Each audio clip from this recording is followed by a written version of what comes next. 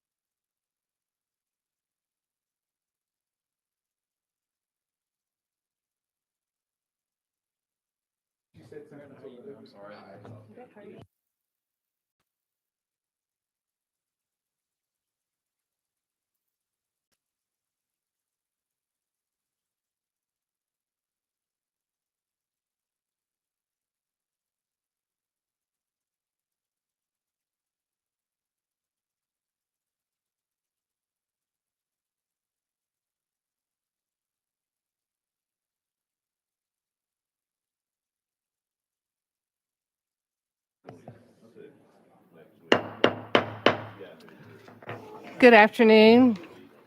I'd like to call the Finance, Ways, and Means Committee to order for October 19th, 2021. Mr. Clerk, would you please call the roll, or Madam Clerk? Representatives Baum, Boyd, Camper, Carr, Faison, Farmer, Gant, Garrett, Haston, Hawk, Helton, Hodges, Lamar, Lamberth, Littleton, Lynn, Shaw, Whitson, Williams, Wendell, Vice Chairman Hicks, Chairlady Hazelwood. Here. Madam Chairlady, you have a quorum. Thank you very much, and thank you all for being patient. I know we're a little past our scheduled time, but are there any personal orders or announcements before we get underway? Seeing none. We've got two bills on our calendar today. We'll take up the regular calendar first, followed by the addendum calendar. And members, your relevant documents can be found on your dashboard. So with that, I will pass the gavel to Chairman Hicks. All right, thank you very much. Item number 1 on your calendar is House Bill number 2, and that's going to be by Chairlady Hazelwood. Chairlady Hazelwood, you're recognized. You have a motion to second. It looks like there is an amendment that's been filed on this bill. That's drafting code 9967. Is that correct on the drafting code? That is correct. We do have a motion to second. Any discussion? Seeing none without objection, we're now voting on House Bill 9967 on to House Bill number 2. All those in favor say aye. All those opposed, no. The ayes have it. We are back on House Bill number 2 as amended. Any discussion on the bill as amended? The amendment was basically just to clean up clarification and putting a bill number on it. This is the bill that funds the project that we're here in special session to approve and to discuss. You have the copy of the bill. There is a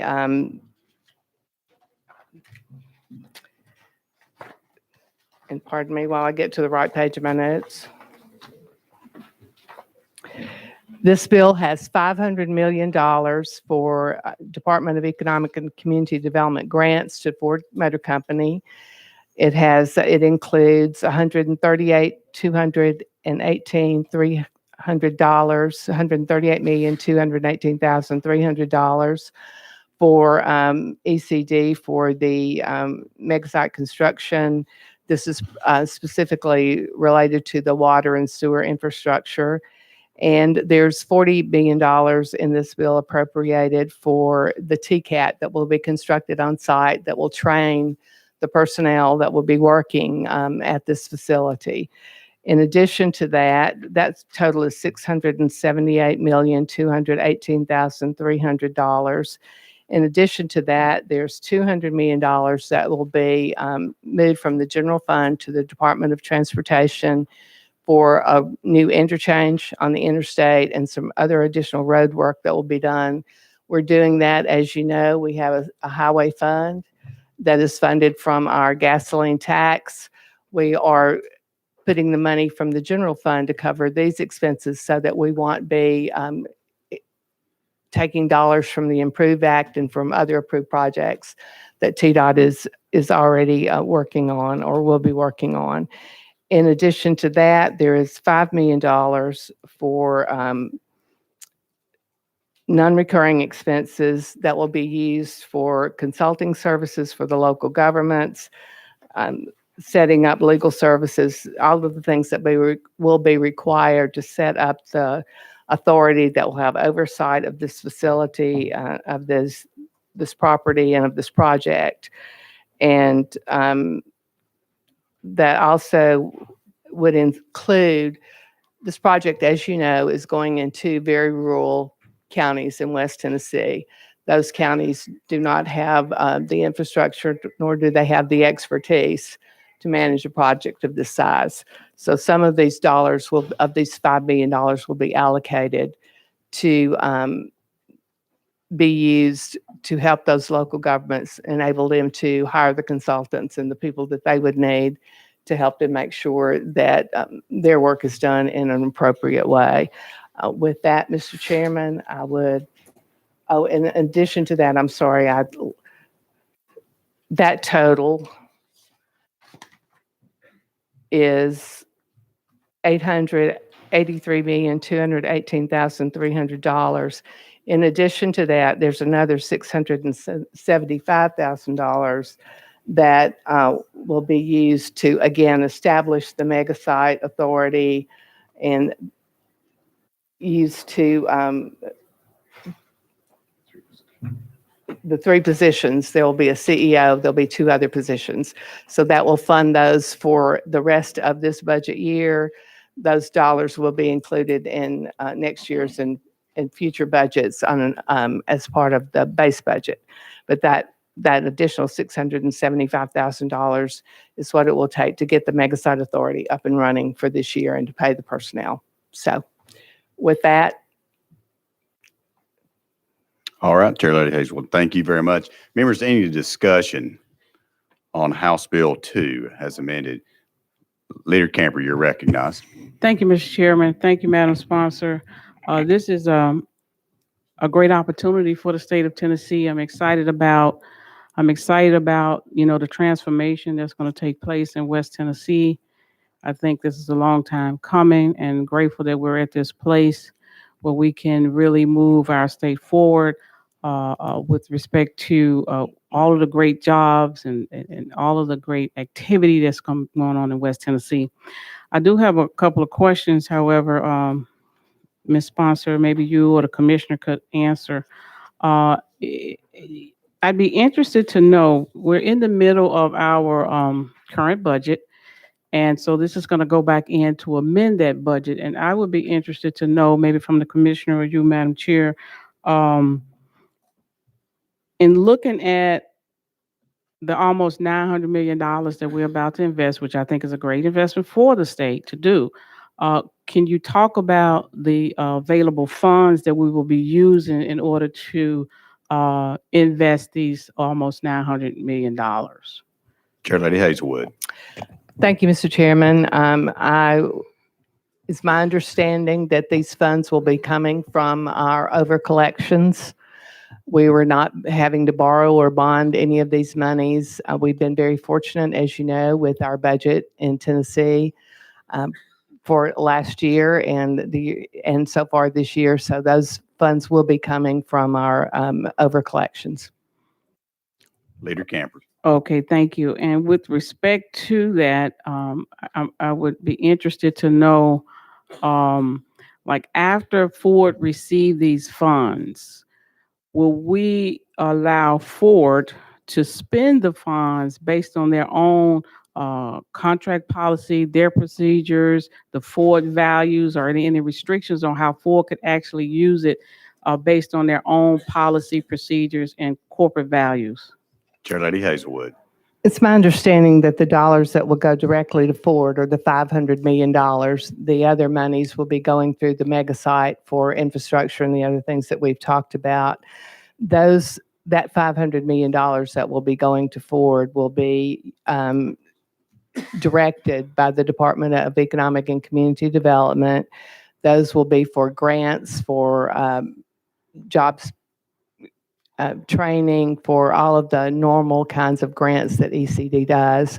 Those also are the grants that would have the clawbacks that have been discussed in some previous hearings today. If the jobs that we are prepaying for, if you will, do not come to fruition at the end of the 10-year period, then there are clawback provisions related to that $500 million. Obviously, the other money is basically going into the ground or into the authority there'll be no clawback on that. But the grants that go to Ford will be given to Ford for specific purposes. Last one, Mr. Chairman. Leader Camper. Thank you. And thank you, Madam Chair. I really appreciate it. I'm glad to hear that. So the fact that ECD in this case would be working with Ford on how these dollars would be expended, then I presume that the current policies and procedures that the state have in place would be applied with these funds. Chair Lady Hazelwood. That is my understanding. Leader Camper. Thank you, Madam Chair, Mr. Chairman. Thank you. Chairman Hall, you recognize. Thank you, Mr. Chairman. Chair Lady, thank you very much for that. I've got a couple questions that may not be germane to the issue. I was hoping we might go out of session to hear from Commissioner of Finance, but I'll go ahead and make the questions first. As we're hearing Chair Lady Leader Camper talk about the funding that's available there, are we looking at, we're going to appropriate it in this current budget? Are we going to expend and send these funds out in the same budget year, or is there a time frame over the next X number of years that those funds will be expended? Chair Lady Hazelwood. I don't believe it would be reasonable to expect that all of these monies could be expended in the 8 months that are going to be left in this budget year. So these dollars will be set aside and will be expended. For instance, with the job training, those dollars would be expended as people are hired. So again, this is just allocating these funds, but the expenditures will, much of the expenditure will of necessity come in out years. Okay. And the question that's not necessarily germane to this, but it's still an important question and information for me.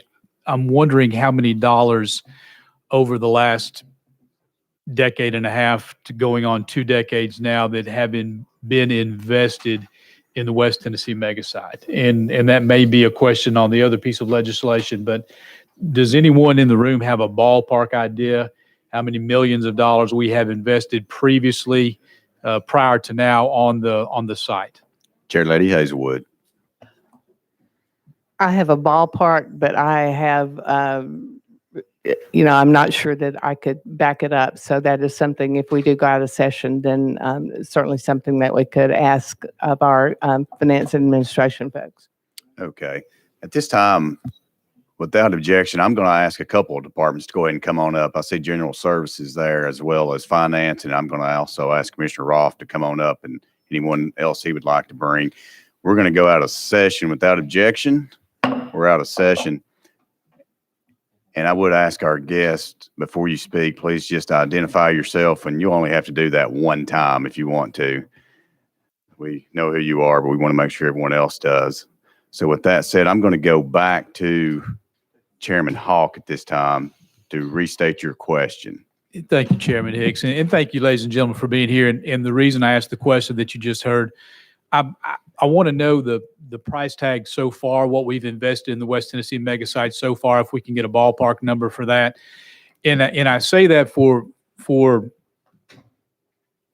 my knowledge and edification as I'm looking at the dollars that have been invested in this West Tennessee mega site. I'm in East Tennessee, and we've been having economic development projects shown the West Tennessee site first for years and years and years now. So my thought process is let's get this off the top line and help the rest of us across the state with some economic development projects. So if anyone can give me a ballpark idea how much we've invested so far, thank you. Let's go to Commissioner Roth. I see him hitting the button. So go ahead and please identify yourself. Yes, sir. So my name, ladies and gentlemen, is Bobby Roth, and I work for our Department of Economic and Community Development. And it's our team that has spent, I think, the lion's share of time working on the mega site along with our partners at the Department of General Services. The short answer is we have collectively spent approximately $90 million. Those are proceeds out the door. And close to a majority of those dollars were spent on the acquisition of the land. And then there was a significant expenditure for the new Highway 222 that runs south to north, the interchange there at I-40, exit 42. Separate and apart, the General Assembly has appropriated approximately an additional $100 million, including more recently, the General Assembly approved a $15 million to bring that balance to 100 million. So again, 90 million out the door and 100 million appropriated to be available to be spent. Chairman Hall. Thank you, Chairman. That answers the question I was looking for. Thank you all very much. All right, thank you very much. Next on my list, I have Representative Shaw. Let me go back. Thank you. Mr. Hold up Chairman. one second. I'm sorry. Let me interrupt you just for a second. Let me go back to Chair Lady Hazelwood just for a clarification right quick. And I think I misspoke, and Commissioner Ely is there, and he can speak to it more directly. But the Ford funds, the $500 million, if you want to share with us, Commissioner, the timing of those expenses. Commissioner Yeah. Ely. Thank you, Butch Ely with F&A. And I'll defer in a moment to Commissioner Rolfe to fill in on this question, but I don't think you really misspoke, Chair Hazelwood. All of these funds won't be spent immediately in the next few months, but I think it's important to note that Ford is ready to go and is ready to move forward. And so you might address, Commissioner, the timing of that so that everybody's aware of that. Thank you, Commissioner Ely. So the $500 million ED capital grant that will be available for Ford, it is a reimbursement grant. And what I mean by that is Ford Motor Company will have to spend the money first, and then they'll submit the paperwork and the receipts to ECD, and we will administer that grant like we do the other hundreds of economic development fast track grants. Eligible costs include site preparation, building construction, on-site infrastructure improvements, and other eligible development activities, including engineering design and other architectural, on-site sewer, water, other utility infrastructure expenses. So of the $5.6 billion, it's more likely than not that as Ford quickly starts the construction process, they will seek reimbursement. That's my sense of how that will flow, but it certainly will take, this is a 2-year construction project. Chair Lady Hazelwood. Thank you. I just wanted to make sure that Yeah. everybody understood that the timing on the spending of those dollars. I didn't want to. And the same, and of course, the same thing for the other major projects with the TCAT and the TDOT projects. You know, they'll take some time to build out, but those funds will go ahead and be set aside and sent to those departments. Yeah. Chair Lady Hazelwood. Good. All right, Representative Shaw, you're recognized. Thank you, Mr. Chairman. Well, first of all, thank you all for being here. Before I go to my initial question, I got a told you so.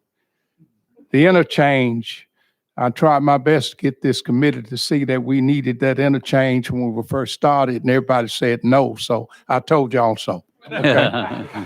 Now on to the question. Lady Chair, you talked about a certain amount of money that will go to local municipalities for developments. And I know there's about, I counted them, maybe it could be 12 or 13 municipalities that are within 30 to 45 minutes of the Memphis Regional Mega Site.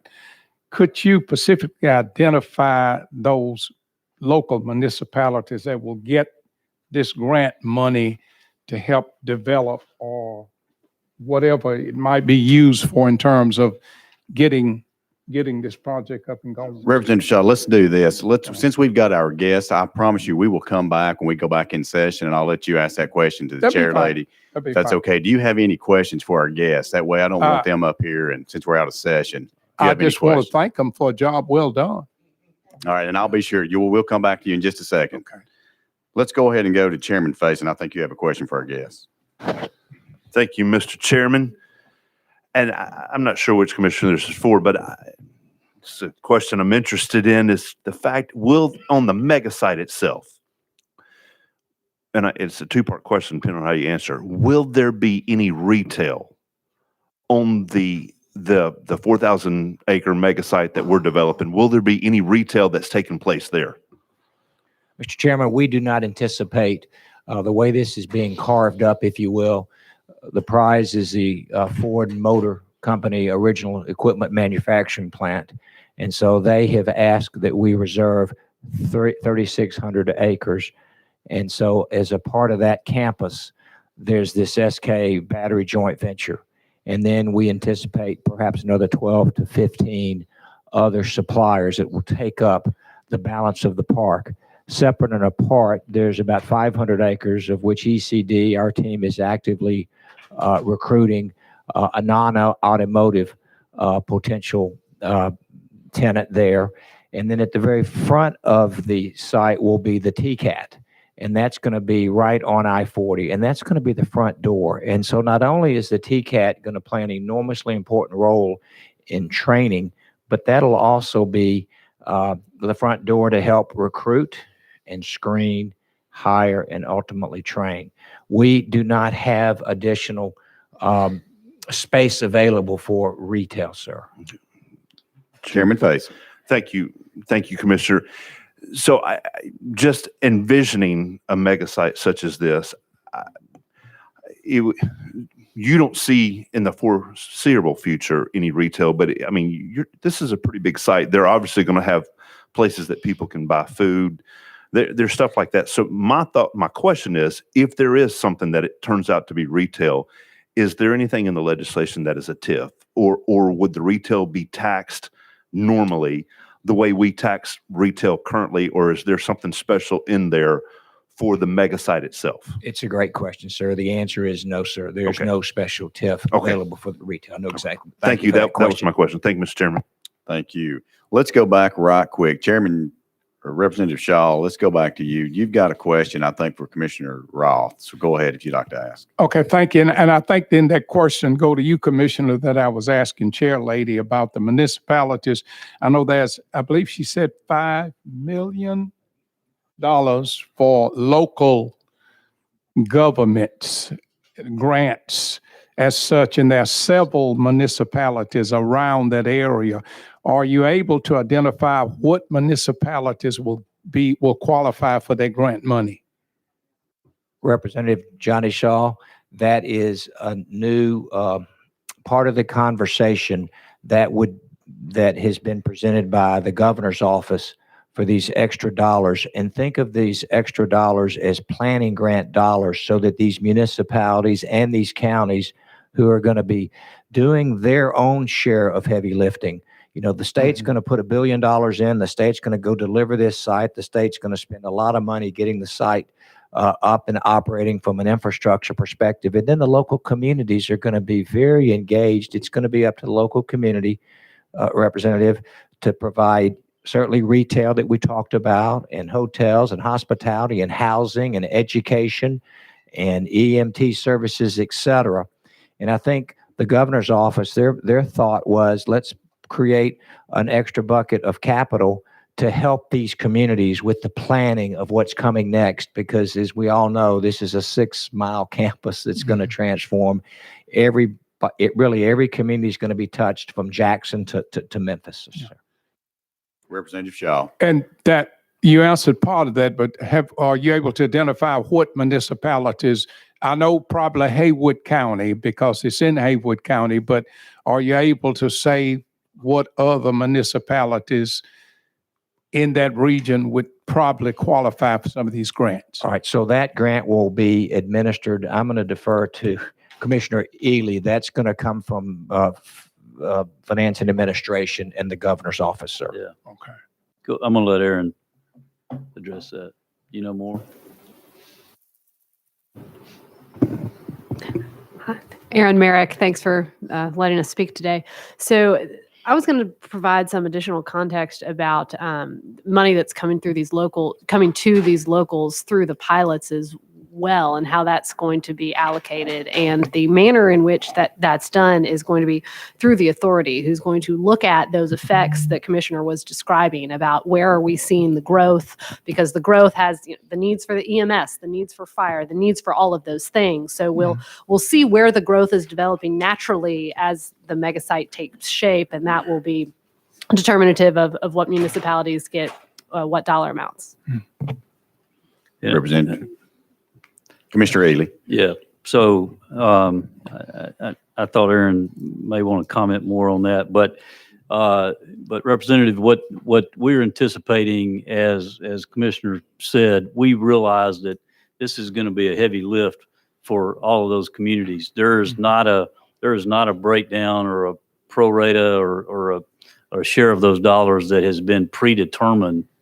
We're just simply recognizing that there's going to be some needed resources there for our local communities, and so we're just simply setting some money aside to be able to be able to help with those as it comes about. So there is no predetermined amount that is already determined for each of those communities at this point. Representative Shaw. Okay.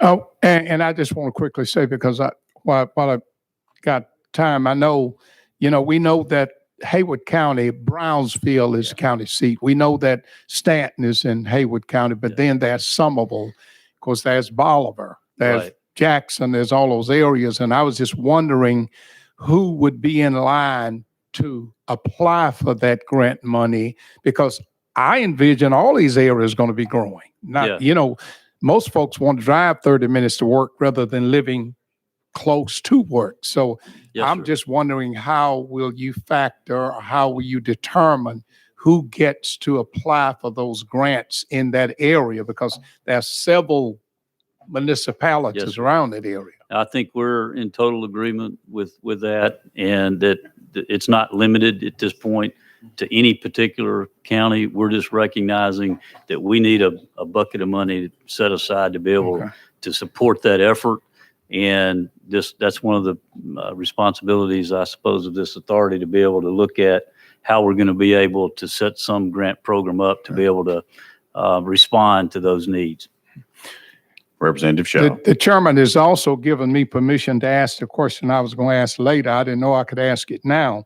And that is, who will be on the board, mega site board? How many, and how long does that tenure last from beginning now? Because I know we have a board, which I assume is going to be dissolved, excuse me, and there will be a new board selected. I think I'm on track, and I don't know who gets this question, but how many will be on it? Who will they be?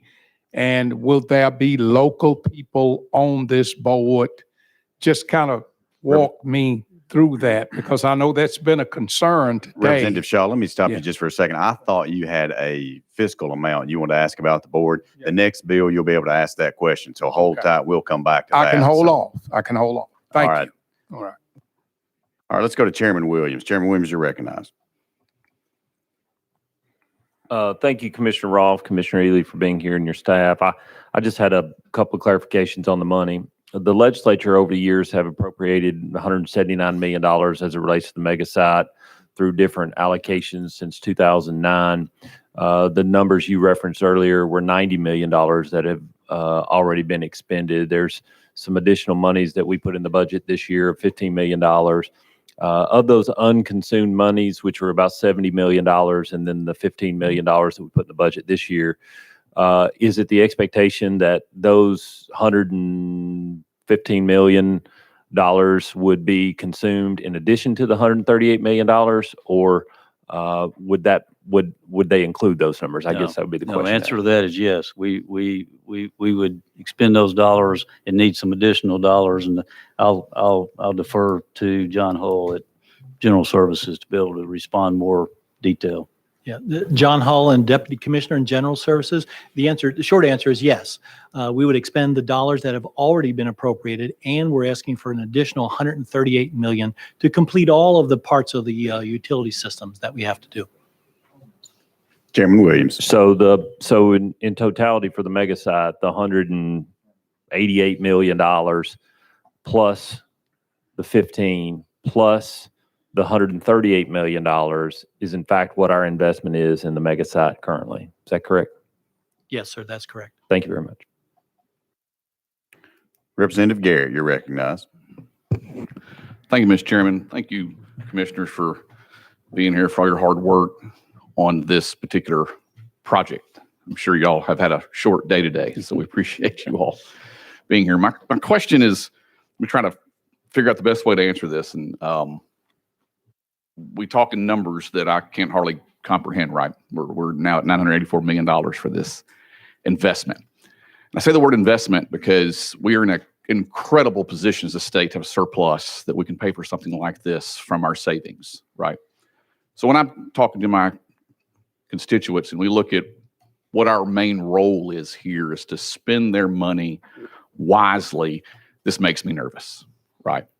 Makes me nervous that we're going to make a commitment like this with this grand of a scale. But here's why. Here's what I try to tell my folks at home, that I want some feedback from you all and look at what past performance is. Because right, if we have a household and you have a surplus, you're going to look at something and say, how am I going to save those dollars, right? You hope you'll maybe talk to a financial planner, for a financial person to say, what can I do to build my nest egg? What can I do to make sure I save this so it makes a return later on? That person's not going to say, oh, I can guarantee this return, right? That's going to make 10%. Over the next 10 years, I guarantee. That's illegal. You can't do that. So what they look at is what they've done for their past performance. What's this certain mutual fund done? What has the S&P index done? What are things like that done for our past performance that makes this investment the right thing to do for my household? So that's how I explain it to my constituents, is to say, this is an investment that Tennessee is making, that what's that going to turn into? So our past performance, I mentioned that before, what does that look like? Can any of you all give any sort of insight on what's happened with Volkswagen in Chattanooga? What's happened in Smyrna with Nissan? What's happened with Saturn and Spring Hill that has created a return that would make a financial advisor say, for my family, this is a good investment for Tennessee for what it's going to look like potentially 10 years down the road? So those locations for dealerships, for a Ford that's come to Tennessee, that's what I look at as past performance. How has that done? Can any of you all kind of elaborate on what we've done in the past and why we've been successful? Because I do believe that that's been a very successful enterprise for those communities. And I'd like to see if that past performance can turn into what this mega site, we want it to be over the next 20, 30 years for West Tennessee and for really all Tennesseans. So who would like that? Bobby, can you Question. start on that? Yes, sir. Another great question, sir. When we look at the most recent significant investment, I would ask us to think about what happened at Volkswagen. And so when Volkswagen made the decision to come to Hamilton County, the state provided an ECD fast track grant for about $260 million. And that was for phase one. That was a $1 billion investment by Volkswagen, and it was 2,000 jobs. And so the cost per net job created was $130,000. That was phase one. Now you would say, well, what does that return look like? And I don't think you could probably gauge it, because phase two came around in 2015, and Volkswagen committed another $600 million, created another 2,000 jobs, and the state provided about $178 million. And then in 2019, Volkswagen decided, you know what, the electric vehicle is such an important part of our portfolio. They committed another $800 million of private capital investment, and the state committed another $50,000 for 1,000 jobs. And so I can just simply say the most recent example is going to be what has happened in the community in and around Chattanooga, Hamilton County. What is not in these data points is the entire supplier park that wraps around the Volkswagen original equipment manufacturing plant. And the great news is today it is full. It is full to the extent that other private activity has arrived to create additional parks to take care of those expansions of those other suppliers. So the short answer is that is an enormous investment by Volkswagen, $2.4 billion, 5,000 jobs, and the state's investment was close to $400 million. So that is one data point. When you fast forward to look at what we're doing on the western part of the state, this is $5.6 million of phase one. This is 5,760 jobs in phase one.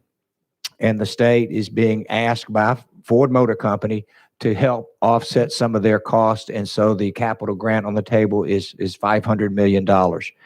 I can tell you that this is just the beginning. And the reason I say that to you is Ford Motor Company has asked for, they wanted to reserve 3,600 acres. So this is going to be a massive campus, second to none. We anticipate another 15, maybe 12 to 15 suppliers are going to wrap around the park. I think the one thing we all learned with COVID about this supply chain disruption is suppliers cannot be close enough to their manufacturers. And I can promise you Ford Motor Company will bring everybody that they can bring to our state. So when you look at what that return on investment, I think you're asking the right question. The state's going to be long $500 million. What are we going to get in return? Well, the great news is just simply during construction, our modeling shows that the tax receipts, the sales and use tax receipts will approach $170 million for the state during construction. And then the local communities will generate another $70+ million of sales tax receipts. It'll go across the local communities. And then on an ongoing basis, a payroll of $1 billion a year. That's what they estimate their payroll. And these are all static numbers, no inflation. And we know what inflation is happening right now. So this will be greater. But another $1 billion in payroll will generate about $22 million a year on an ongoing basis to the state. And then another $7 million in the local community. And then this pilot program that we were talking about a few minutes ago, that Aaron was talking about, that will generate another $260 million in payments from Ford Motor Company and or their joint ventures to the local community in a payment in lieu of tax grant that they're going to be paying to the local community to offset all the costs that are going to be incurred by Haywood County. So when you, in the aggregate, take those dollars and try to calculate a return on investment, will this exceed the success of what happened over in East Tennessee? I would think it probably would. Now, then you have Middle Tennessee. You have that General Motors and you have Nissan. General Motors has announced in the last year, two major projects, a $2 billion project to build their electric vehicle, the Cadillac Lyriq, which is a game changer. And then their joint venture with the battery company, this Ultium Cells, and that's another $2.3 billion. And so those would be phases 3, 4, or 5 for General Motors. So we can certainly declare victory, I think, at the GM plant. Nissan has been here. They are the pioneers, if you will, to come here. And they've been through several expansions. And of course, they've been manufacturing electric vehicles really at the outset of the electric vehicle revolution. The great news is, while we're so excited, is this puts Tennessee, plants the flag right really at the forefront that we're going to not only be a participant in the conversion from internal combustion, we call it ICE, internal combustion engines, to the electric vehicle, the EV. And the great news, when you do this math, there's going to be close to $10 billion. Actually, there's another battery plant that we announced. We're going to have $10 billion of private capital coming to our state to be investing in the future, and that's this electric vehicle. So for those, I know that's a lot of data, and I apologize, and those are enormous numbers. Well, it was a wide question, Commissioner. So. Well, I'm sorry. If I seem a little bit excited, it's only because I'm so excited for what's going to happen in our state. And with that, I'll be quiet. Thank you, Commissioner. Representative Garrett. Thank you for that. And that's kind of the in a less broad sense. It seems that you would be, and I share your excitement, and I appreciate the way that you explain that. But I think the bottom line is, if you would disagree with me, but I think you would agree with me that this is a good investment for the taxpayers' money of Tennessee. Yes, sir. And one other final comment, sir. When we were negotiating our memorandum of understanding, I can promise you, we took such a strong position that these really are, they're your taxpayer dollars that you're voting, and we're going to secure the state and have all the protections to make sure that we do not enter into a deal that is not appropriate for our state. Thank you, Commissioner. Thank you, Representative Garrett. Representative Lamar. She stepped out, I think. Chair Lady Hazelwood, you're recognized. Thank you, Mr. Chairman. As a follow-up with Representative Shaw's question earlier to some degree about the $5 million for the consulting fees for available for local governments, and the bill says that it will be appropriated for the purposes of consulting services for local governments and legal services for the Megasite Authority of West Tennessee. Can you give us a breakdown? And I guess Commissioner Rolfe, I'm looking at you. I assume that would be more of your question, you or Commissioner Ely. But can you tell us how you would expect those dollars to be spent between the authority, how much to the authority for their legal work, and how much of the $5 million would you expect to be ultimately allocated to the local governments? Okay, so let me start and be as brief as possible. This $5 million extra commitment was not in our MOU. This is, I think, an idea that came out of the governor's office to identify exactly what Representative Shaw said. There are going to be enormous needs for planning purposes because all of these local communities are going to have to overnight grow up, and that's not going to be easy. So let me just say this to you. As far as legal services, we did engage a third-party law firm to help us because we thought this was so important and we wanted to get it right. We wanted all the protections. It was a very complicated transaction, but the legal fees that we have or will incur at ECD are not, they're not de minimis, but they would be a small portion of this $5 million. And I'll defer back to Commissioner Ely. Yeah, I will get you a bit more definitive answer on that, Chair Hazelwood. I think the bulk of this would be reserved more for the localities, the local consulting help. But there's not a predetermined amount or specific amount as to exactly how that would be. We just recognized as this deal finished up, really what has been said here by the members of this committee, this is going to have intense local impact on the localities, local governments in that area. And we wanted to plan to have some money set aside to be able to address and help them respond to this. And so I would anticipate that the bulk of this $5 million would be spent to help the local governments. But we also knew that there would also be kind of questions that may need to be answered from a legal standpoint of the authority. And so we simply worded it in this process to be able to respond to those needs as well. Well, one of the reasons for my question is because we also have a $675,000 sort of startup monies allocated separately in the bill for the authority. So I'm just trying to understand. Yeah. Let me go ahead and address that 675. You mentioned that earlier in your earlier remarks.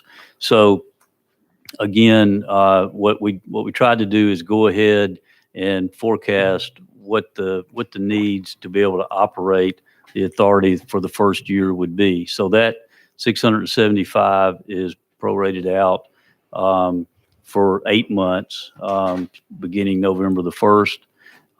And it anticipates, and it's in your fiscal note that shows more detail as to how those dollars would be spent. But it generally anticipates a CEO that would be the CEO of the authority, and a couple of staff people. In addition to that, it also covers the travel that would be related to that, the board meetings, office, some office space that would be associated with that down at the site.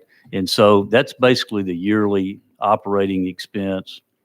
And then we would see how that goes and then true that up or address that in next year's budget. But this expense that is included here would be in addition to that, but we simply anticipated there likely would be some additional legal expense, but we didn't know what that would be. But we wanted to come forth and make sure that the committee was aware of that.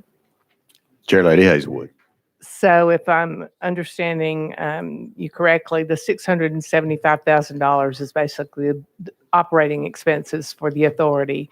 This $5 million, the $675,000 will be spent between now and the end of the budget year. That's correct. The $5 million will be spent over a period of time as required as grants are That's allocated. exactly right. That's exactly right. Thank you. Thank you, Mr. Chair Chairman. Lady. I've got one question myself as I look here. The Tennessee Board of Regents, the $40 million, is this the total amount to build the TCAT, or is this just a portion of that? And whoever would like to answer. Yes, sir. So as part of the final negotiations, and this is an ask from Ford Motor Company that they had watched and visited our TCAT in Smyrna, and they were aware of what we did for Volkswagen, the Volkswagen Institute on the campus down in Chattanooga. And so they did ask us, outside of that $500 million, would we consider providing that same kind of state service? And the short answer is we have estimated up to $40 million in today's dollars based on inflation and construction, et cetera, that the state, the TBR, would build a TCAT. And that TCAT, though, will not be just for Ford, but that'll be a state asset run by our Tennessee Board of Regents. And so they have asked us to make sure that we would have that as the front door, because I must tell you, one of their concerns, and we were able to articulate and alleviate that concern, was the ability to attract 5,760 people to this campus. And so that's how we provided that. The state, the governor made that commitment to them. And we think that is a very significant commitment. At the same time, at the end of the day, I think it may have separated our state from the other 14 states that were competing for this project. Thank you for that. Then also right above that in the bill, there's another amount for $138,218,300. With that money, and then I know there's also another appropriation that was made from the past budget. So there's a significant amount of money in there. That money that's already sitting there, like the $65 million that was going toward the wastewater for this past budget. So it's all sitting there. Will the authority also have control of that money? What happens to the money that's actually So I'm sitting going there? to turn this over to my colleague in General Services, but I want you to think of that extra approximately $138 million will be hopefully the last commitment to finish building out the infrastructure. As you know, we have this fabulous asset that has not one utility. And the state, I can promise you, for the last 4.5 years, we have canvassed the world to try to figure out, you've got to provide water, wastewater, electricity, natural gas, and fiber. And so we have a great partnership with TVA, and TVA is going to be spending hundreds of millions of dollars to bring the power. This group, a natural gas provider, is going to be spending a lot of capital to bring a pipeline there. But at the end of the day, it was the state that had to deliver water and wastewater, because no one within that local proximity had the capacity, the balance sheet to be responsible for 4.6 million gallons of wastewater a day. So what you're seeing in those numbers are the costs to the state to provide this water and wastewater. I can promise you this: had you not funded what you have funded, nor have you not taken this under consideration, Ford Motor Company would not be coming to Tennessee, sir. Okay. Commissioner Ely, I don't know if you have a follow-up to that. I think he answered it well. I mean, it's a good answer. So just to make sure I get the question answered, so the money that's already sitting there, does that go over to the authority that will be created? Because This will be dollars that will be expended to finalize the remaining infrastructure of the mega site. And so those dollars will come about, as you know, as we've already said. We've got some additional dollars that have already been appropriated that are waiting to be spent, and then these will come forward and they'll go through the regular building commission process and be spent in that same manner. Okay. Yeah, maybe I can just help add to that. Yeah, Yes. the extra 138 million is to complete all of the utilities that we have to do. They come through as a capital improvement dollars that you would have appropriated to us to do that. The mega site authority in the end will operate those systems. So we will go out and we'll hire a company when they're finished to actually operate the system. However, prior to that, we have to build everything. So that's what we will be doing over the next 2 years to do it. Okay, okay. We being general services, sir. We being general services. And again, the challenge here is we are in the water and wastewater business as a state, just like we are in the industrial park business, which is, these are two fairways we're not used to participating in. At the end of the day, though, that was our best shot on goal to land what we think is certainly a very transformational moment for the state. All right, thank you. Leader Lambert, sir, you're recognized.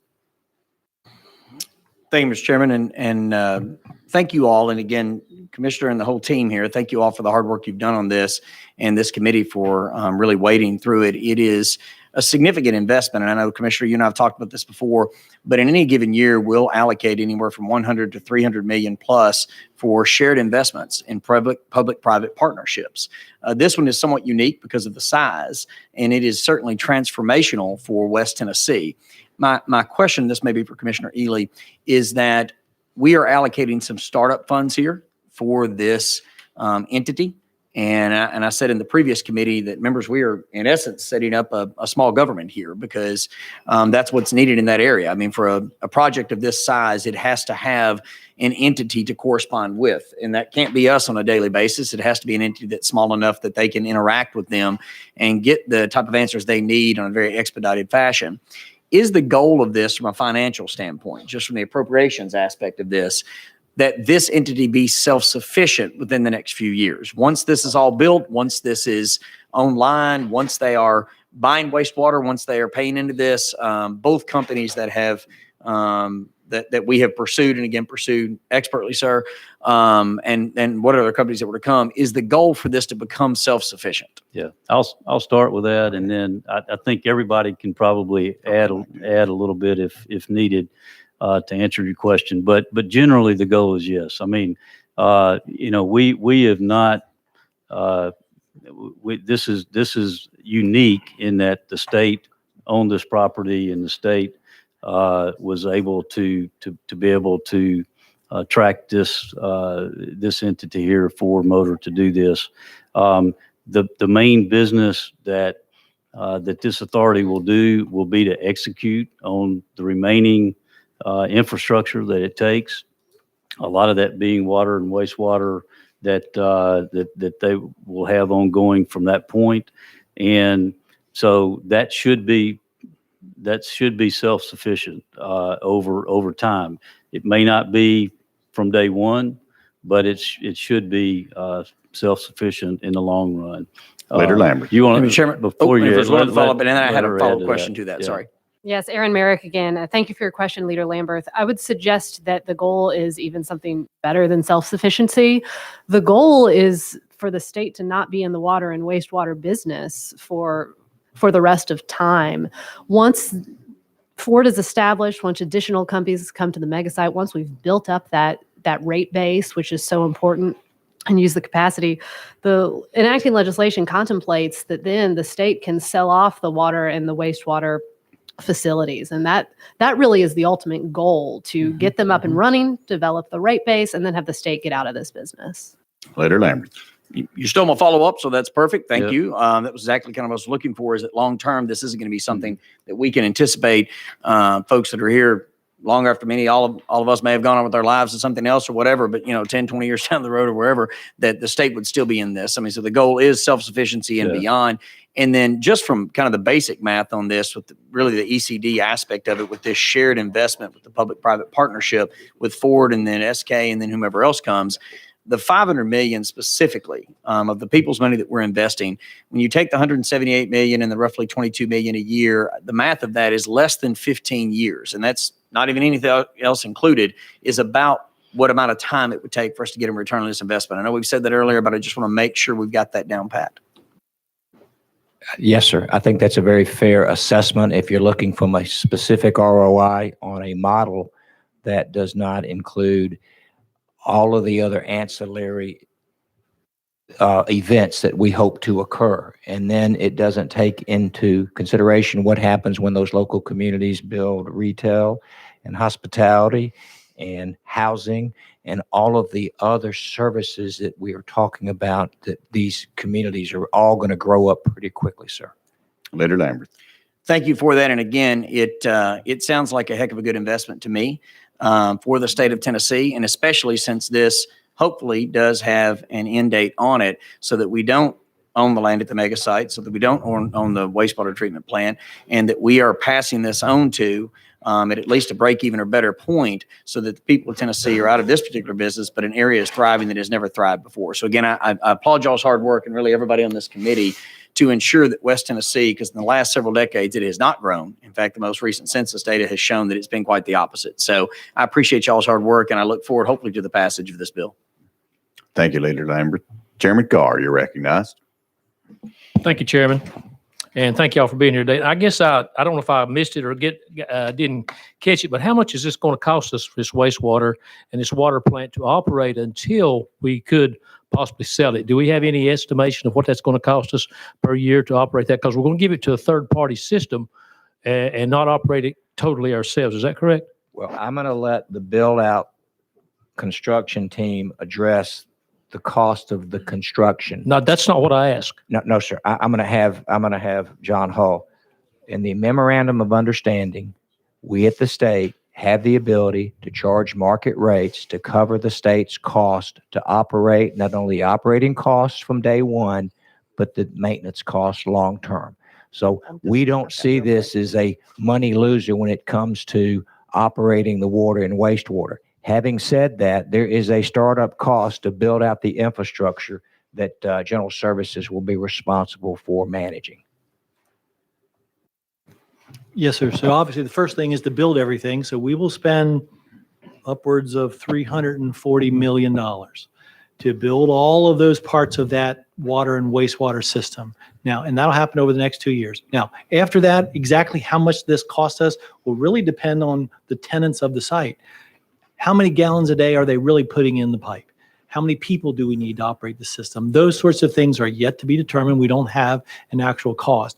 We know what the averages are that Memphis charges for those things or Jackson charges. We're going to be in that zone most likely. However, we still have to confirm that information with Ford and the other tenants that are coming to the mega site, because a lot of it will depend on the volumes that they'll be putting through those systems, or how much water or wastewater do we actually have to process. Chairman Carr. Thank you. Don't you think on the onset, it's just like any company gets started, when you increase your water supply or your wastewater treatment supply, that you're probably going to have a cost up front first before you can recoup that? Yes, sir. And we'll actually start that probably by next summer. So the first thing we'll do here, probably after the first of the year, is we will put out a procurement to hire a company to actually operate the system when we're done constructing it. So for about a year, TDEC wants to have that company in place so that they can do training, do the EPA permitting, all of those things they have to do for about a year is what they tell us. And that will be a cost. I guess what I'm trying to get at is the first year or two, you can't charge that company enough to cover your cost. They couldn't pay it. Yes, sir. That's correct. Is that correct? Yes, sir. So in other words, we will have to be paying some of that out of our own pocket, so to speak. But besides this 168 you already put in and doing 300 million, whatever. Yes, sir. So I want to separate the front end build out costs that the state's responsible for. And again, without water or wastewater, we have no Ford. We have no project. So we accepted that. And so then we tried to figure out with General Services how we're going to deliver water and wastewater. And so these numbers that we're presenting to you are the cost of completing the mega site, the infrastructure for the mega site. In the memorandum of understanding that we negotiated, our team with Ford Motor Company, again, we have the language in there that we are going to charge them market rates that will make sure that the state does not lose and be held accountable for what I'll call operating cost on an ongoing basis. Now, the project and the facility is being sized for about 4.6 million gallons of wastewater discharge a day. So In our conversations with Ford, for the sake of the conversation, they may be responsible, again, for the sake of the conversation, less than 1 million gallons. And then with the joint venture from the battery, they will take up some of the capacity. We're recruiting another company, a non-automotive company, that will take up some more of the capacity. Now, the beauty is, as soon as they start operating, they will start the water and the discharge of the wastewater should be pretty doggone constant. So it's not like you go build a water or wastewater and then you go to a development and you bring on the first house and the second house. When we turn this on, we are confident that Ford's water and wastewater discharge amounts will be fairly static. And we're also going to bring on the battery plant at the same time. So we have a great built-in customer that's going to be generating a significant amount of water and wastewater, of which we will have the ability to charge market rates to make sure that the state does not place itself in a position where we're going to be subsidizing the operations on an ongoing basis. Thank you. I'll add one thing to that the Commissioner didn't mention, but is part of the part of the math. Those rates will not have to include the upfront cost that we will have already invested in the capital cost, and so we're able to charge them the fair market rate, which we've already sunk the early capital costs that we're talking about here into those rates, and so usually those fair market rates would be capturing both of those costs, operating as well as capital. And so it puts us in a good position to be able to do exactly what Commissioner pointed out. Well spoken. Yes, I guess it does. Okay. Thank you, Chairman. Thank you, gentlemen. All right, thank you. Chair Lady Hazelwood. Thank you, Mr. Chairman. And just a couple of quick follow-up questions. First of all, Commissioner Ely, I believe I heard you say that or maybe it was our General Service Commissioner, but the work that is going to be done for this infrastructure, that it will go through the State Building Commission process, the regular process that we would use for any other state buildings. So, Yes, ma'am, that is correct. okay, just want to make sure that's on the record. Then I guess, Commissioner Roth, for you, the TCAT, we have $40 million in this appropriations bill for the TCAT. Does that include the equipment? Or I know with Volkswagen, we built the Volkswagen Academy, but Volkswagen provided the equipment because it was their robots and the things that they would be using in their plants that they wanted their future employees to train on.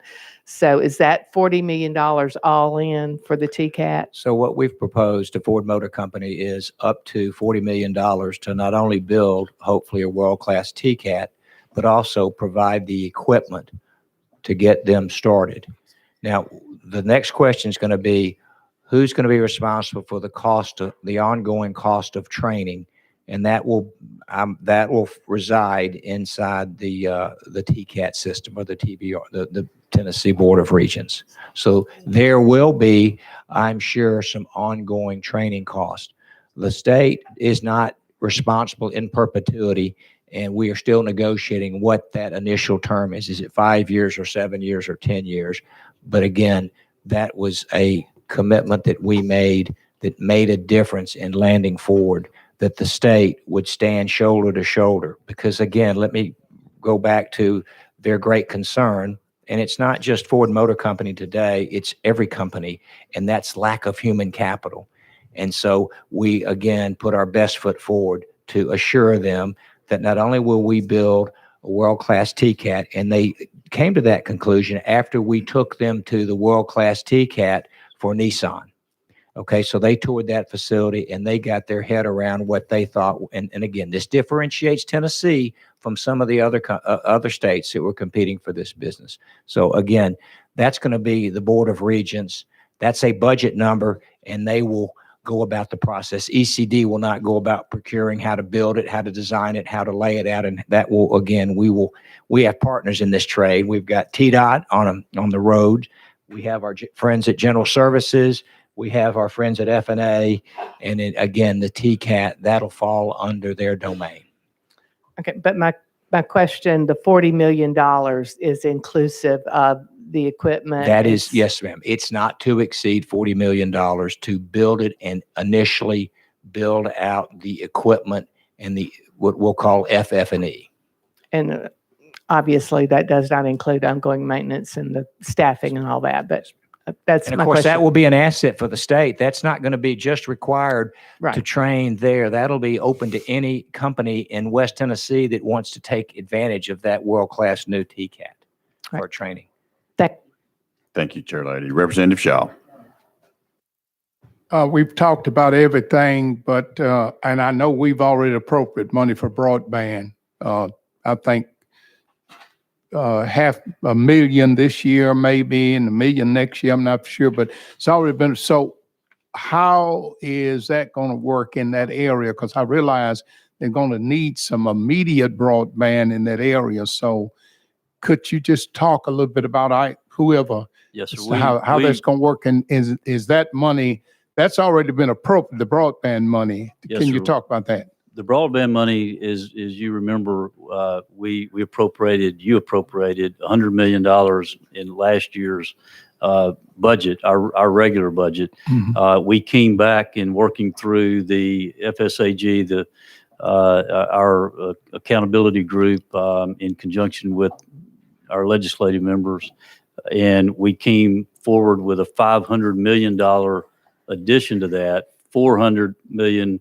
Which would be put into construction, $100 million, which would be put into adoption to get and help people to bring up broadband once they receive the ability to do so. And so that is currently part of our federal funds that have been set aside to do that. And I'll turn it to Commissioner Rolfe. His department is managing that process as to getting those dollars out the door, which is all separate from this, Commissioner. Yes, sir. So as you know, you guys were very thoughtful long before broadband was an issue, long before COVID. The General Assembly put together a great program. So we've now, 4 years later, we have, I think, the right infrastructure to not only be thoughtful about managing and scoring these requests for capital. Now, an extra $100 or $400 million is an enormous lift, but we have the infrastructure in place to make sure that we get those dollars out the door to help these rural communities. Okay. Thank you. Thank you, Mr. Chairman. All right. Thank you, Representative Shaw. Leader Camper. Thank you, Mr. Chairman. Thank you, Commissioner, for being here. Question about, we were talking about the TCATs and the training and building the new facility.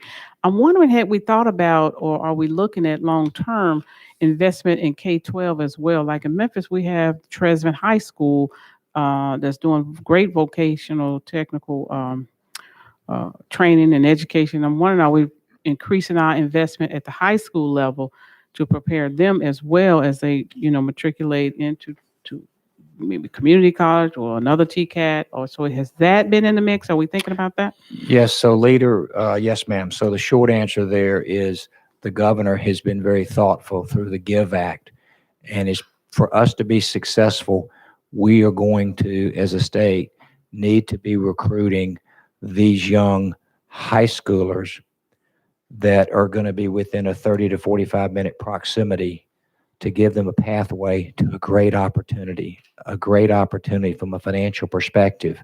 And so, again, that's really outside of our fairway, but I am aware that the governor is very much focused on making sure that those GIVE Act dollars that have been appropriated by the General Assembly will be focused on these community high schools to help them be a part of that feeder system to be successful.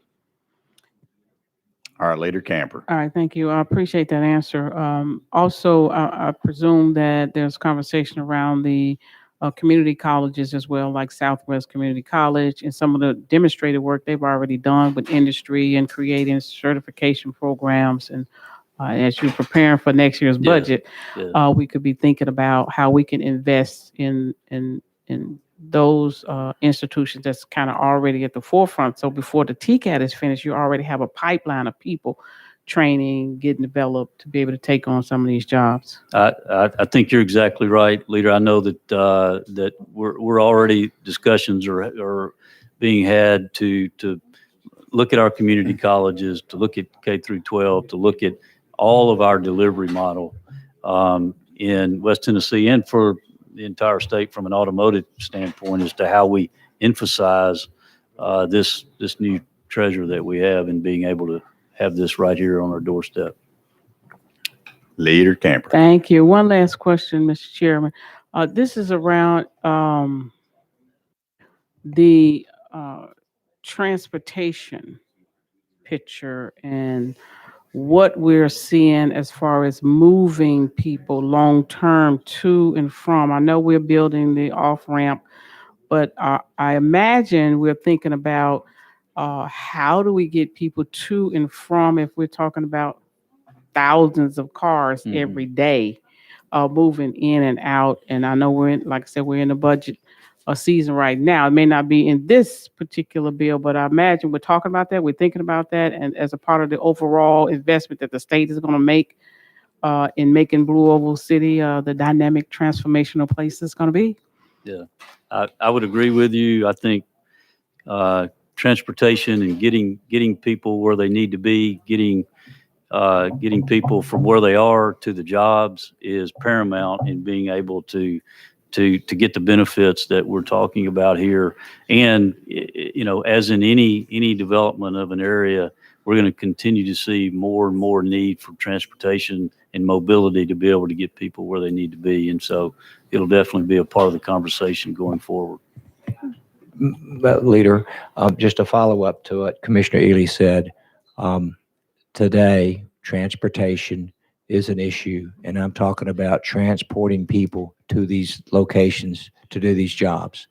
I think what we're really excited about in this case is the quality of the family wages are such that are going to be superior to what this market has experienced. And when I say that while transportation is important, hopefully these are going to be the kinds of family wage jobs that we're all going to want to rise so that the economic prosperity really takes off. And when I say that to you, knowing what Ford pays and knowing their pay scale is part of our negotiations and conversations, that's the great news about the quality of these jobs. These are going to be, people are going to want, and let me make sure everybody understands that is going to be the state's responsibility. So our lift is only beginning, and that's to have a workforce prepared. And you're spot on about how important that is. And okay, if we have a great workforce, we're going to need to make sure they can get there and they can be there on time.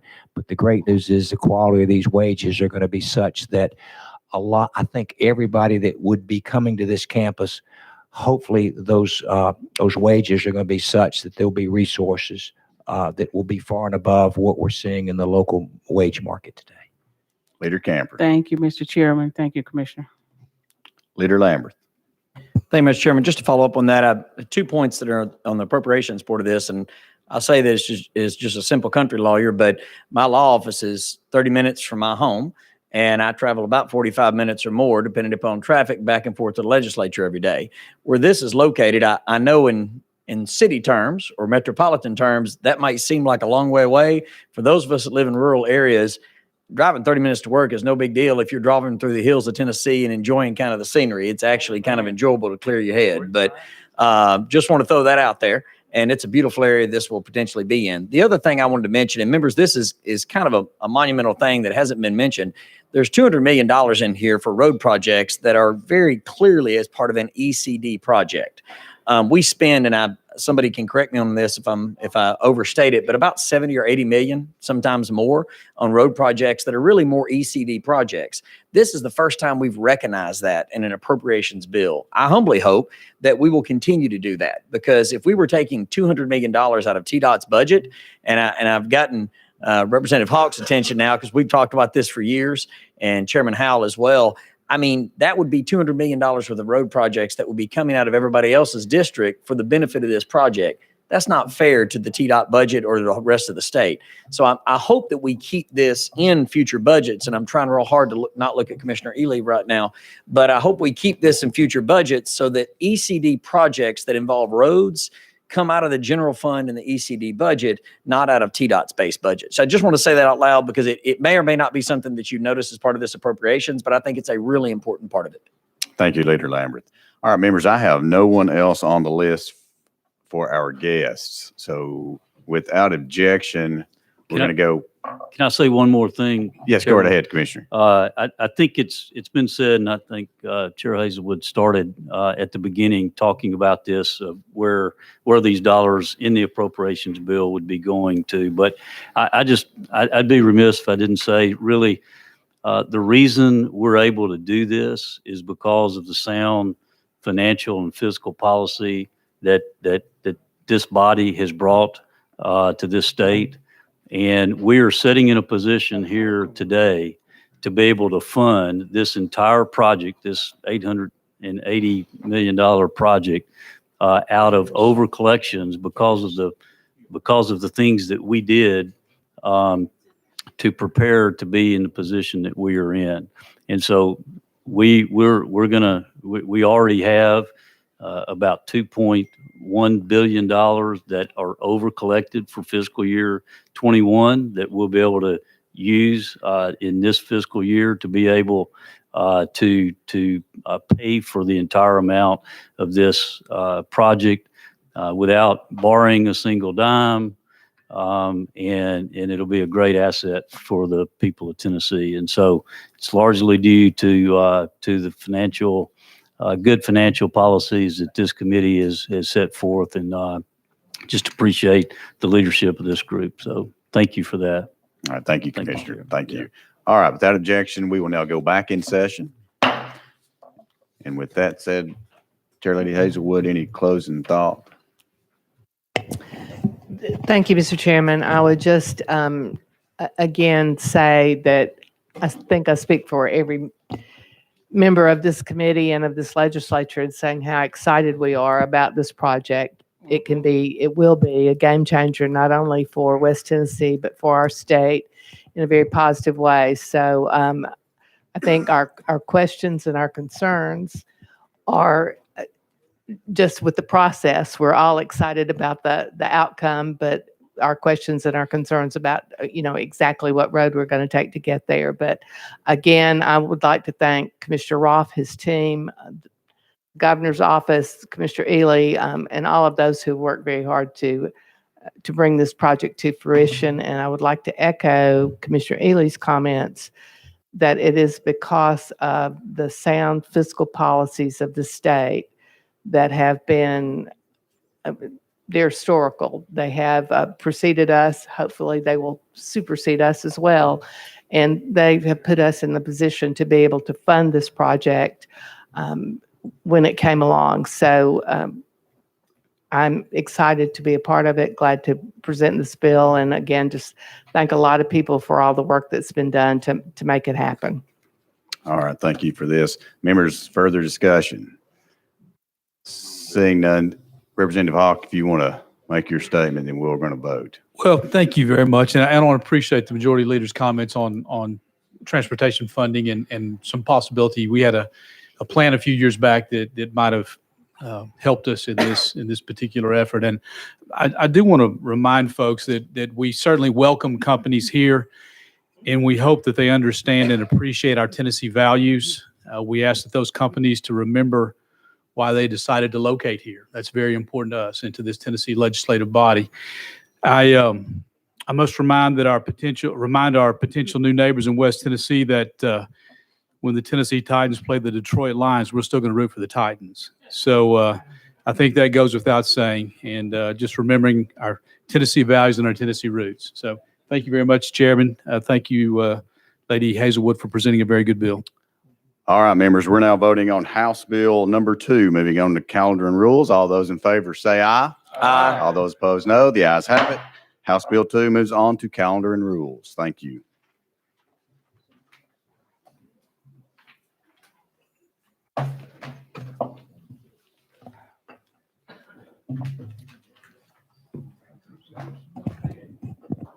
The second item on our calendar is House Bill 1 by Leader Lambert.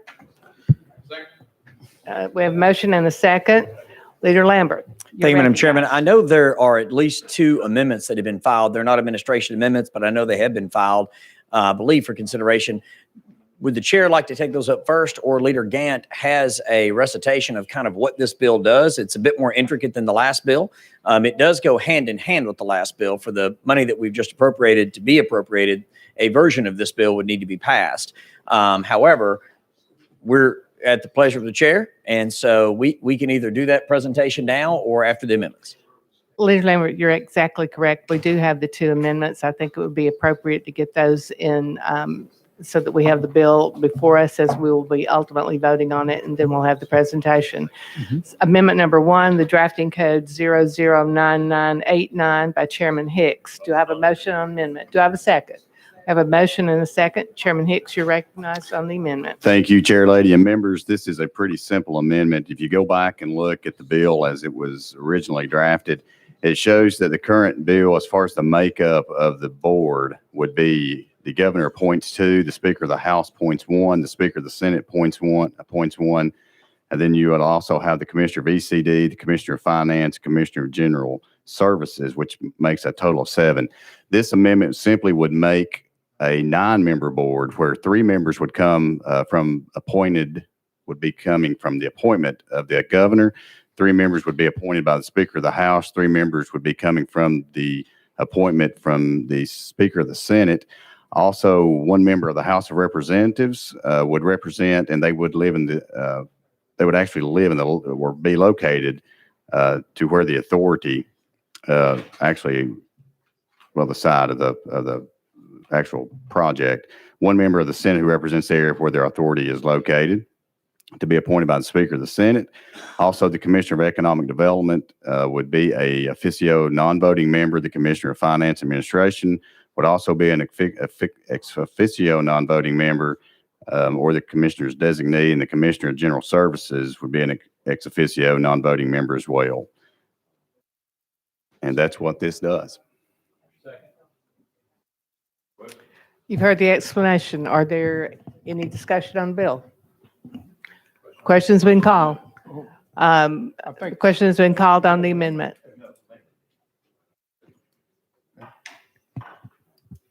I'm sorry, Leader Lambert, did you have a question? Was going to make a comment, but the question's been called at this juncture. I can wait. All right, the question has been called. All those in favor of amendment 009989, please signify by saying aye. Aye. Any opposed?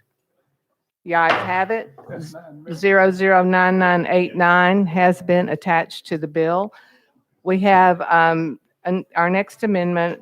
We had 2 filed, but I believe Representative Garrett, you're only moving forward with drafting code 010010. Is that correct? That's right, Madam Chair. We have a motion. We have a second on the amendment. Representative Garrett, you're recognized.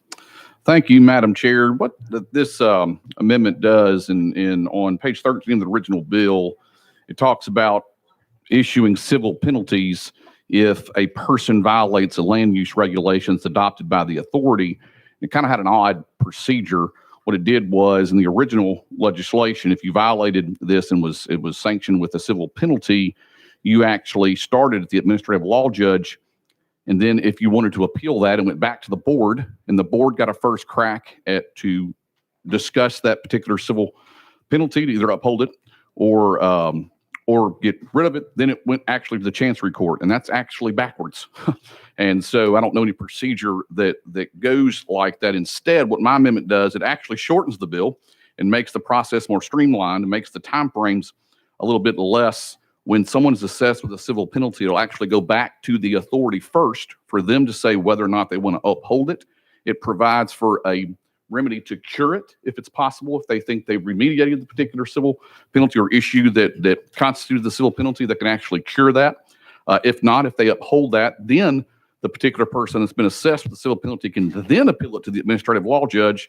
The administrative law judge can rule on that particular issue, and if they disagree with that particular ruling, they can then provide relief in the Chancery Court. Also, the bill provided for that jurisdiction to be in Davidson County. The jurisdiction is going to be, in this new revised amendment, going to be in Madison County. And the final amendment to the original legislation when someone was assessed with a civil penalty, there was no notice provided to that person, written or otherwise. And it adds language that the authority, if they're going to assess a civil penalty, needs to make sure they provide written notice to the person that's being assessed with that civil penalty. So with that, Madam Chair, I'll be happy to answer any questions on that amendment. Leader Lamberth, you're recognized. I will not overlook you this time. I apologize. Thank you, Madam Chairman. It's just an honor to be able to address each amendment if I can, just very briefly, only as the sponsor of the bill. And I should have put my hand up better last time. On this one, I will say I've worked with Representative Garrett throughout most of the day on this. This particular amendment is a much better version than what the original bill was. And I will say I would consider it as a friendly amendment. I mean, the bill itself, and I don't really know why, but it had some old language in there on where some of these would be heard, any of these issues. And this, quite frankly, I think streamlines the version much better. So I only wanted to state, for whatever it is worth, that I have worked with Representative Garrett on this, and I applaud his efforts on it. Thank you. Question on the amendment. Question has been called on the amendment.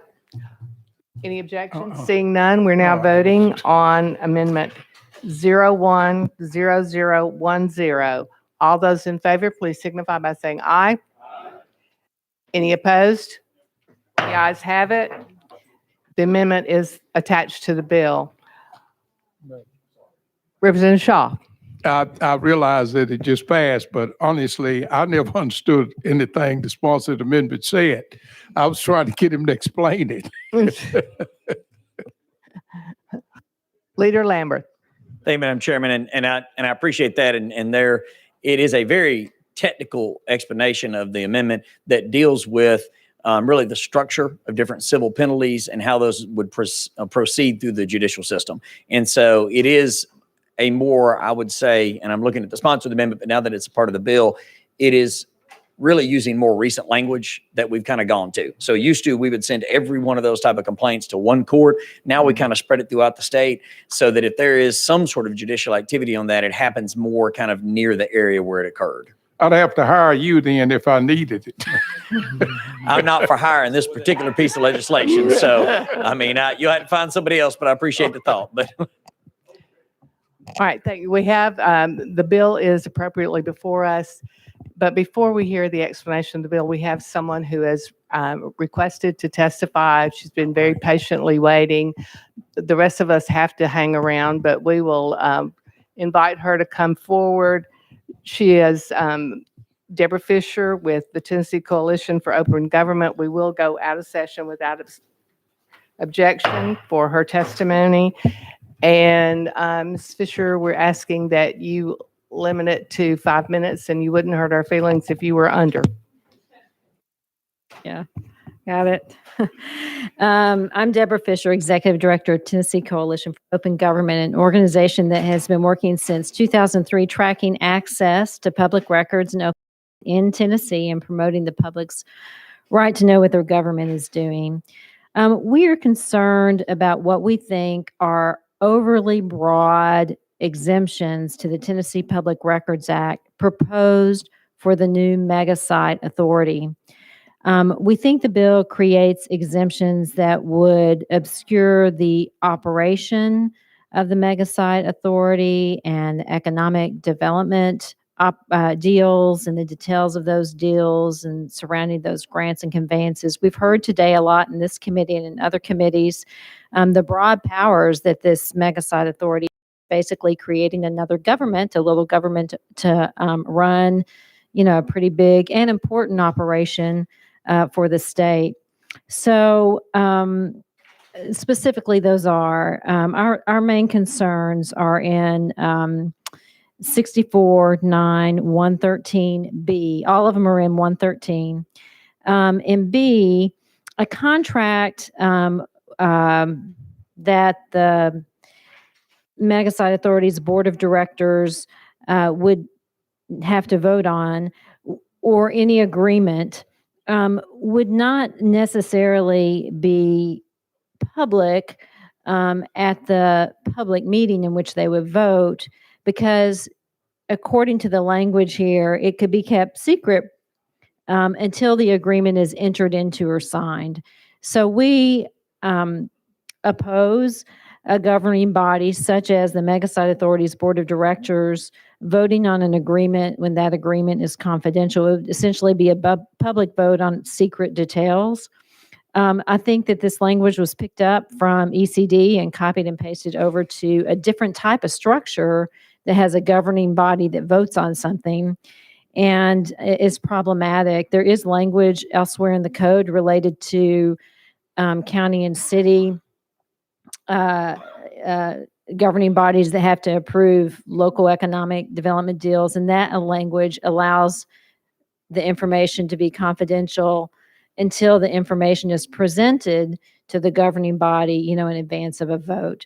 So it's that language allows for the kind of confidentiality that this, I think, is getting at, but the language here is overly broad and I think creates a problem. Our biggest concern with 113 is C, and that is what is most troubling to us. It allows the CEO of the mega site authority to keep a public record confidential for 5 years if the CEO determines that the record is sensitive and would harm the ability of the authority to basically do its job. And I understand that this was also copied over from a similar exemption that ECD has, that Commissioner Rolfe, or the commissioner of ECD, has that similar discretion, which also would allow the AG, or require the AG to be in agreement with it. Our concern about this is that it is overly broad.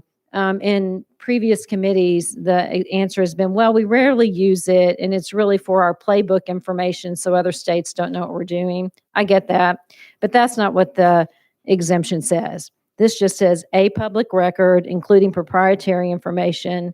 It doesn't limit it. If that's the exemption that is desired for the playbook, then I think that's what should be sought. This is what is in statute, and this is what, at the end of the day would govern. The last thing that we are concerned about is the definition of proprietary information in E1. And we have seen increasingly, and some of you have heard about this before, companies that assert that government information, such as the value of government land or payment to a private entity by the government, is confidential because it is proprietary to the company, because if a competitor knew about it, they could compete, and it meets the definition. This has happened in Tennessee with Google at the mega site in Montgomery County in Clarksville, where Google asserted that the value of the buildings on the land that the government was conveying to Google to use, and may have an option to buy, is confidential, because Google considered that something that its competitors would deem competitive. So anyway, the point though is that there should be a bright line between, and it is possible in the language to make a bright line between, what is government information that the business cannot say then becomes their proprietary information. Ms. Fisher, your time is up. So those were the three main things. Thank you. Thank you. And I know it's always a balancing act between keeping proprietary information that would put a company at a competitive disadvantage, and with transparency to the citizens. So we appreciate your concerns and your oversight. Thank you. Thank you very much. With that, we are back in session, and Leader Gant, you're recognized, or Leader Lambert, whichever leader wants to lead at this point. Go for it. Thank you, Madam Chair. I would ask you, Madam Chair and the committee, would you want the long version or the short version of this presentation? Okay. You want me to just proceed? Okay. All right. Okay. All right. Thank you, Madam Chair and committee. The project is projected to generate temporary construction benefits, including $5.6 billion in capital investments and the equivalent of approximately 33,000 temporary direct, indirect, and induced jobs supporting the construction period. Approximately $1.87 billion in total earnings are related to this multi-year construction activity as well. The project will have a substantial long-term economic impact on the region. After the construction period, the project is anticipated to generate more than 27,000 new jobs through direct project activity as well as indirect and induced economic activity supporting the project's operation and its workforce. This will result in more than 1.2 billion in earnings for workers in the region on an annual basis. Additionally, the project is projected to contribute 3.5 billion each year to Tennessee's gross state product. The total project size is 5.6 billion investment and 5,760 jobs projected. Jobs and investment in property split between Ford and joint venture JV partner battery plant. SK Innovation is assumed to be the JV partner battery plant. It is important to note that the joint venture has not been officially formed yet, but is in the process. Ford and JV partner and other suppliers will occupy 3,600 acres of the total 4,100 acres at the mega site to make up what is called the Blue Oval City. 500 acres separate Blue Oval City's 3,600 acres are still available at the Memphis Regional Mega Site. Incentives from the state, 500 million capital grant, ECD. For reference, Volkswagen was awarded about 488 million from the state of Tennessee for their plant in Chattanooga over 3 grants between 2008 and 2019. Volkswagen committed to create 5,000 jobs with a 2.4 billion capital investment. State to build, own, and operate a $40 million TCAT operation. State to build and own and operate water and wastewater plants to serve the mega site. State to build a second interchange on I-40 by TDOT. Long-term payment in lieu of taxes. The pilot leases with purchase options of 3,600 acres on the Memphis Regional Mega Site. Additional resources included in the Memorandum of Understanding from existing funding, not in, and make a note, this is not in the new appropriations bill. There's 2 million grant for electrical vehicle related workforce development with TDEC, 21 million in-kind, not a grant, workforce support such as job fairs and screening, federal funding that will pass through TNLWD, and then a 400,000 REV grant from ORNL. The REV grant program at ORNL was supported by state funding to help companies with high-tech business innovation.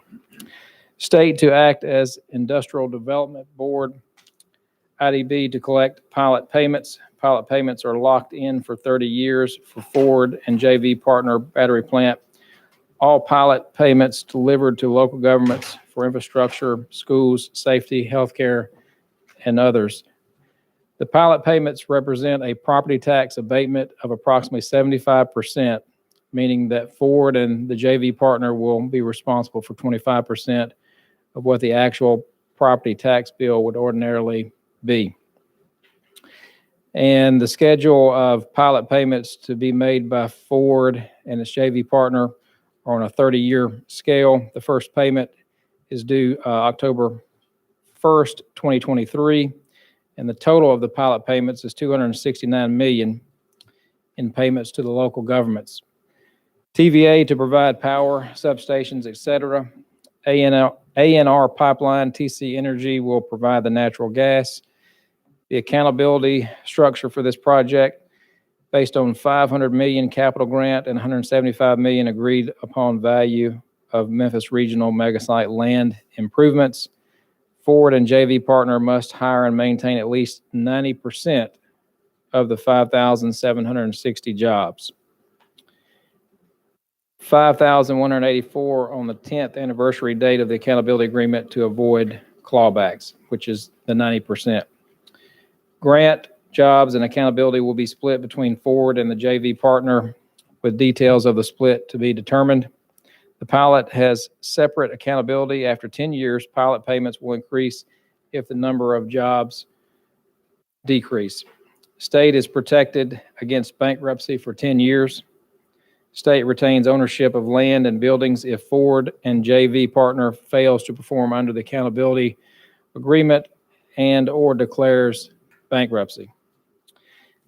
Madam Chair, that's your long version. Thank you, Leader Gant. We have the bill before us. We have the amendments. I know there are a lot of questions. It's getting late. I know that we will need to go out of session at some point and ask for our various commissioners to come back and answer questions. Since it is in East Tennessee, it's really late. So I would recess this committee until 9 a.m. in the morning. No objection? All right, see you at 9.